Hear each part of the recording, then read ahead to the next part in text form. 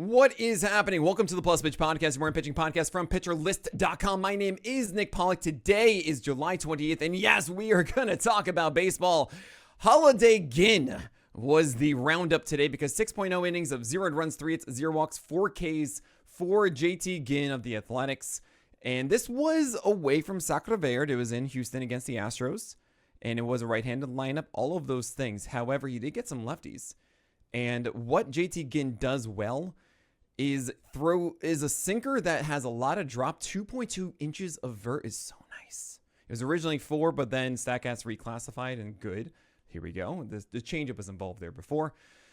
It's also coming in at 95 and not 93.5 that we saw earlier in the year. And JT Ginn's sinker is very good. It's kind of what we want Jack Conowentz's to be again.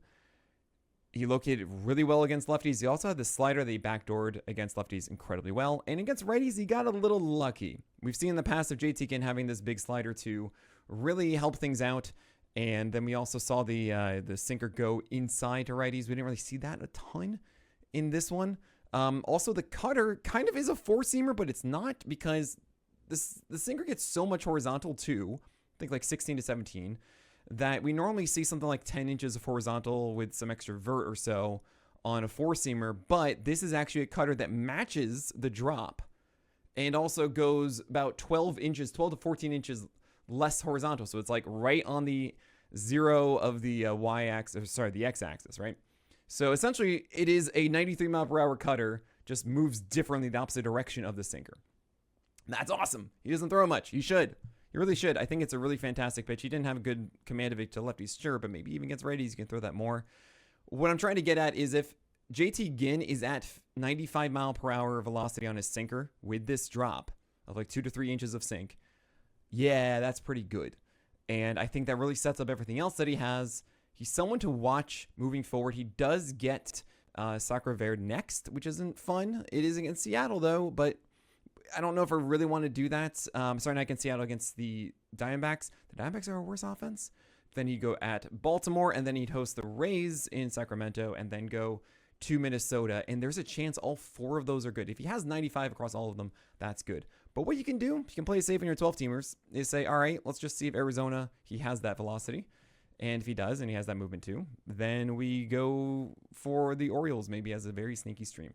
In your deeper leagues, this might be a guy to really help you down the stretch, as so many other fantasy managers don't know who he is, don't care about the Athletics, are not focused at all, and this might be one of those down the stretch that you actually can get some really nice streams. Paul Skeens, ace is going to ace against Arizona, 20 whiffs, Gallows pull, blah, blah, blah, blah. It was great. 7 over 19 sweeper whiffs, and yeah, Zach Wheeler isn't going to win the Cy Young because Zach Wheeler actually did not have a good day yesterday. No, Zach. Yeah, 5.2 innings of 4 earned runs, 5 hits, 2 walks, and 8 strikeouts. Still great, but those 4 earned runs, he had a really rough second frame, and that was in. He got a Philly as a part of the Phillies. That's what happens. I just want Zach Wheeler to win a Cy Young, okay? Jack Flaherty, this was so good. Against the Jays. The Jays are such a hot offense right now. And Flaherty got the win. 6 innings, 0 earned runs, 5 hits, 1 walk, and 7 strikeouts. His slider was phenomenal against righties. 41% CSW down away. He did allow a trio of hits on it, but they were all precise. There were some that leaked a little bit too far, and they went after it and got it fine. And then you have lefties getting both the slider and the curve for 5 over 17 whiffs. They both had a 53% CSW combined over those 17 thrown. That's just, that's good. You have the four-seamer, too. It wasn't touched by the Jays. That's everything that you want. So Jack Flaherty looking like this against one of the premier offenses in the league right now should give you the confidence that his stuff and his ability is exactly where you want it to be. I would continue rolling with Jack Flaherty. Noah Cameron against the Guardians. I really hope that this is the last. I hope that this southpaw for the Royals does not get a rotator cuff strain as both Bubic and Cole Reagans have gotten. And here we had 83 pitches, which is fine with me. In 5 innings, got the win. 0 earned runs, 3 hits, 1 walk, and 6 Ks. And honestly, he didn't actually have the best command here. It was a lot of changeups and curves upstairs to right-handers that he normally doesn't do. And Cameron can't get away with that when he faces better offenses like the Jays next as a lefty. I don't really like that start at all. I wouldn't be surprised if over time here, Noah Cameron does run out of gas. This is what you see with a lot of exciting first half pitchers, is that they have a really nice first half. It's a breakout, and then they are not equipped to hold it throughout the entire season. So Cameron has been an amazing run. I don't know if I want to start him for the Jays. Just play that one carefully. I hope the Royals do too, to make sure that he gets his rest. And if the Royals are not in the playoff hunt, then it's an interesting situation there, where Cameron, I think, could miss a start. That'd be really nice. They won't do that. Matt Gage against the Mets opened for Spencer Bivens, who went 3 innings and 2 earned runs, and that's just not worth your time. Don't read that roundup. You have Brady Singer against 7.1 innings, getting 7.1 innings in a win against the Rays with just 1 earned run, 3 hits, 1 walk, and 8 strikeouts. This is awesome to see because he got a lot of lefties like he did last time out against the Nationals. The Nationals beat him up. While this was a slider getting down and in beautifully, as you said, lefties. Also, sinkers going upstairs and 4-seamers right with them, where they couldn't tell if this was the sinker or the 4-seamer. Messed them up completely. He'll get Atlanta and then heading to Pittsburgh up next. It's a coin flip. You've seen both sides here. You've seen the floor. You've seen the ceiling. Good luck. Atlanta's just kind of in a morale drain, so you might be able to get these hitters hitting worse than they should. Jack Leiter against Atlanta. 6 innings, 1 earned run, 2 hits, 3 walks, 7 Ks. Speaking of which, he got the win. Is this the breakout start for Leiter? No. We had moments. We have a slider generally down and away from right-handers, down on glove side. That's what we want to see. And we saw 4-seamers upstairs to lefties. That's what we want to see. 4-seamers were not good to righties. The changeup as the main secondary to lefties was not very good. Very chaotic. So we're seeing parts of it, but it's not a complete picture yet. He does get at Seattle next. That is at the T. Do you want to go with that? I don't think I do. Maybe. I think I'll have him at the bottom of the questionable because, of course, Seattle helps. But Jack Leiter is not Jack Zippo. Okay? He is not his superhero alias. You have Tomoyuki Sagano against Rocky Road. What a gift that is. And I really should have just said he was the streamer instead of Colton Gordon. Colton Gordon honestly pitched kind of well, as he had 2 solo shots in the first and had 2 more runs in the fourth. And it was just timely hits there by the Athletics to ruin that one. So it was 4 runs in 5 innings. He looked generally good. So he's a decent win chance moving forward. While Sugano against Rocky Road, I mean, yeah, it's Rocky Road. 6 innings, 1 earned run, 4 hits, 2 walks, 8 Ks. It was lovely. And now he gets the Cubs. So no thanks. Yeah, no thanks. You have Kyle Hendricks against the Mariners. He got a win, so happy birthday party to him. 6 innings, 1 earned runs. He was 85.7 on that sinker. I just can't believe it. Yuri Perez against the Brewers. 5 innings, 1 earned run, 2 hits, 2 walks, and 6 strikeouts. He went 12 for 12 strikes on his sweeper. Oh, 58% CSW there. And the real problem here is that 92 pitches in 5 innings doesn't seem right. It's because Yuri Perez, despite only 2 walks in those pitches, it's because he allowed all of these foul balls on his 4-seamer. It was 15 over 52, which is a 28% rate, and that's too high. Why do foul balls happen like that? It's because batters key in on something and he couldn't put them away, and he didn't have something else to really serve them. He didn't locate the 4-seamer perfectly to miss that bat, right?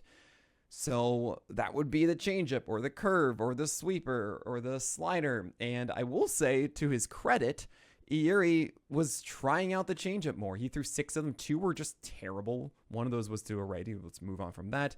And then, I mean, he really spiked that one. That was funny. I remember seeing that. And then there was one another that was spiked to a lefty. But then 4 of them were right around the zone. Right around it. You only got 1 strike out of those 4. So it was like a 17% overall strike rate on that changeup. But I love the fact that Iyuri Perez is experimenting. He's not just saying, oh, I don't have a good changeup. I'm just going to stop. I'm going to keep trying to make this work. And this is the best it's looked. All right. We had 6 over, or a 67% competitive rate. That's good for Iyuri Perez's changeup.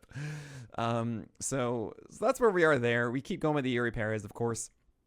But understand that this is why he's inefficient, because he doesn't have enough support. Even with those sweepers, against lefties, it doesn't really have that one either. And 12 for 12 strikes is not necessarily a showcase of it being a big whiff pitch, right? A lot in the zone. You have Ben Brown against the White Sox. 5 innings, 1 earned run, 3 hits, 0 walks, 4 Ks. I'm happy for him. He got a win. Anyone who went for this one, awesome. He breaks the Wasker rule. That is a good breaking ball and a bad fastball and nothing else. That's it. 0 for 28 whiffs on said 4-seamer and a solo shot in the 4th. He also was limited to 60 pitches total. I mean, he's not even going to be in the rotation anymore. I don't think so. I think the Cubs are going to go and get someone, and it's Ben Brown out, not Colin Ray. it's going to be Ben Brown. You have Imanaga in there too. You have James and Tywin should come back at some point as well. I just think Ben Brown is not made for this rotation long. You don't really want to go for this anyway. Cole Sands opened for Travis Adams. This was the Minnesota Twins. If you don't know those names, that's fine. I got it for you. 3-point innings of 500 runs for Travis Adams. So no thanks. I wonder if the Twins are going to add somebody because let's say Joe Ryan goes. The Twins need help to just make sure they don't run their younger arms into the ground. So maybe they'll make a deal like Atlanta did to get Eric Fede, which I know is so weird. It was just cash considerations. They were just trying to get through the season without destroying all their pitchers for the future. And I imagine the Twins might do that even if they don't trade away Joe Ryan because this Travis Adams thing isn't working at all. Jake Irvin against the Twins, speaking of which, got the win. 7 innings, 200 runs, 5 hits, 0 walks, and 2 Ks. This was Koufax being very, very kind. So, no, this wasn't absurd curveball dominance. It did have 42% CSW, but it was really the fastballs that were throwing a lot more than that curve that went 13 outs in play. 13 generated by those fastballs, which is remarkable. 26 for 28 strikes in that four-seamer and just 2 hits. Then again, it was 6 ideal contact, total ideal contact, which is the ICR metric we use, right? 6 of those. And one of the solo shots were one of those, right? So, like, he got pretty fortunate. Jake Irvin, do not lean into this. All right, we have other guys to talk about. Shane Baz and Brandon Woodruff. And Grant Taylor starting? Just kidding. He's not, but maybe he will in the future. And Max Scherzer, oh boy, and so many others. We'll talk about all of them after this break. Brandon Woodruff against the Marlins. Killed it. 6 innings, 200 runs, 4 hits, 3 walks, 6 Ks. A really fun game against Perez. And he went double the amount of sinkers over four-seamers, about so, which is really strange. Because the four-seamer is so much better. The sinker is very mediocre movement-wise. So I don't really want him to be doing that. The cutter looks great, though. Oh, man, I love this, like, 92-mile-per-hour cutter or so, 93 at times. That's, like, going off of the four-seamer. Oh, my gosh. Just don't throw as many sinkers. What are you doing? Stephen Pollack against the Cardinals got the win because he just threw all these strikes over the plate. And Koufax, yeah, sure, what the heck? You can do that sometimes. 6 innings, 200 runs, 4 hits, 3 walks, 2 Ks. No, thank you whatsoever. Shane Baz against the Reds got singled out in the first. 2 runs off of 3 singles. And that was pretty much it. 5 innings, 200 runs, 5 hits, 2 walks, 5 strikeouts. The four-seamer was upstairs. The curveball was also kind of upstairs and down. I think one of the bigger things that Baz has lost over the year is that feel for the curveball going down and being as effective as it was in the first 2 months and at the end of last year when he did return from Tommy John. The cutter was effective, 68% strikes, and that's good. It wasn't really like incredible, but I'm happy to see that. But really, Baz needs that foundation of both four-seamer and curve before we get really confident. And now he gets the Dodgers, and then the Angels, and then into Sacramento, and then the Yankees. Oh boy, I don't have the confidence to start Baz in all of those. He could come out and be amazing. It's possible. But I really haven't seen Baz just be absurdly dominant and force us to start him, you know?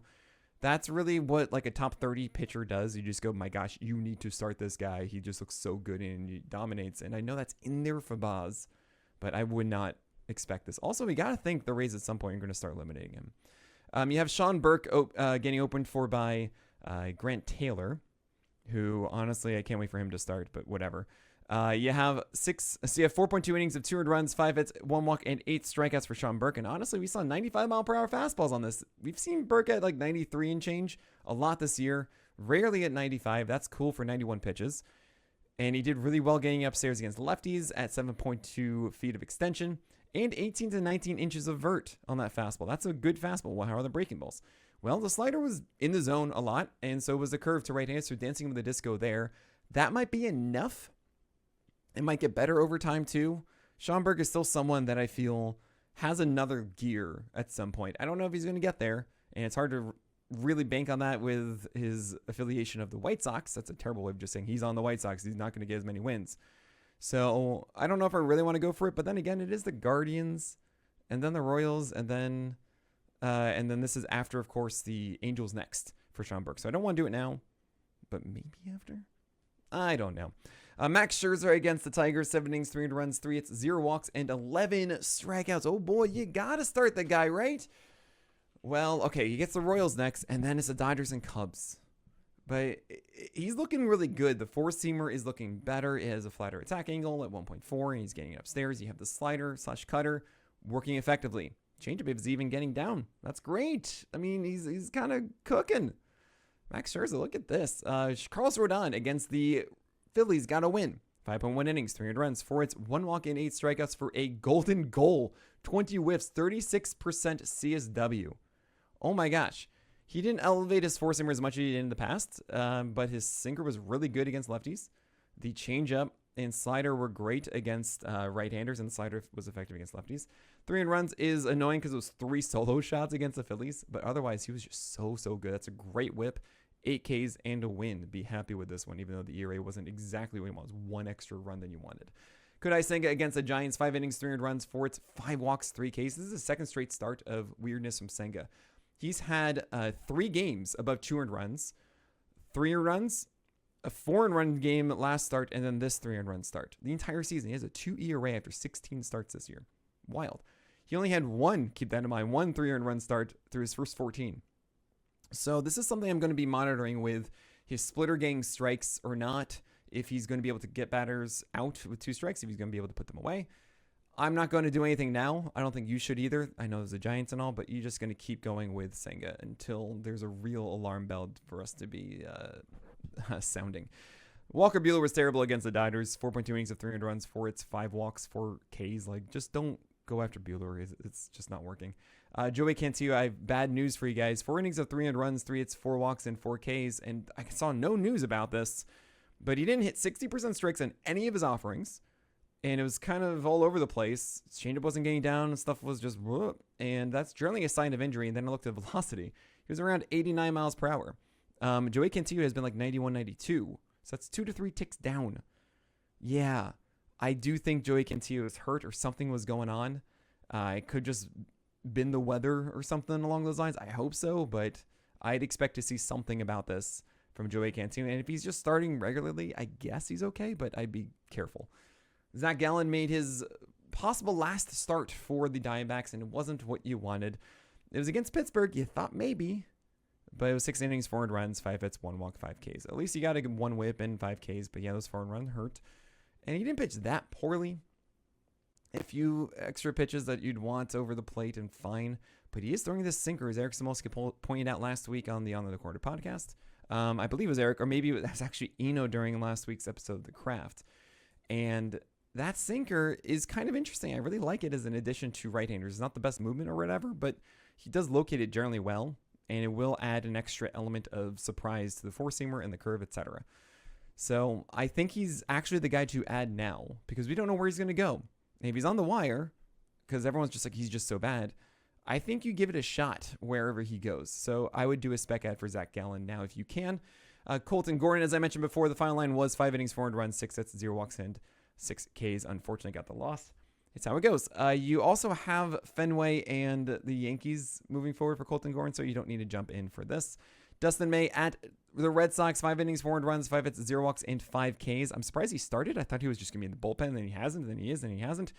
And it was 77 pitches here, just 4 whiffs. Like, it's just not enough. Okay? It's just not enough. Don't go for Dustin May. Logan Gilbert, I gave him the ace is going to ace tag. And what does he do? 5 innings, 400 runs, 3 hits, 3 walks, and 7 Ks. Ugh. But he let all 4 of those in his final inning, the 5th, including a 2-run shot from Mike Trout. Still, come on, man. You can't do a 52% strike rate on your slider. That's supposed to be the amazing thing that makes everything else better. Oh, man. It's just frustrating. Logan Gilbert away from Seattle is just not as good. Okay. Austin Gomber didn't do well outside of Coors, because even outside of Coors, his tendrils remain. It was in Camden. Doesn't matter. Not good. Michael McGreevy. Okay. He's a weak contact guy, and he got singled out. He needs Koufax to help. He didn't spot as well as he normally does, and he's very much of like throwing those sinkers in the right spots, the sliders in the right spots, etc. If you don't do that right, then you're going to be more hittable, McGreevy. It's not just pure luck here. So, yeah, don't go after McGreevy unless you're really going for that quality start and hoping that the command is there. And, of course, Bryce Elder, you don't want to touch. He went against the Rangers, 2.2 innings of 800 runs. Dylan Dodd won 3 shutout frames in relief, and maybe we see him, but you don't want to touch that either. All right, that is it for today. Thank you all so much for your support. Yes, there is a trade deadline stream later this week with Paul Sport at 4 p.m. Eastern Time on playback.tv/pitcherlist.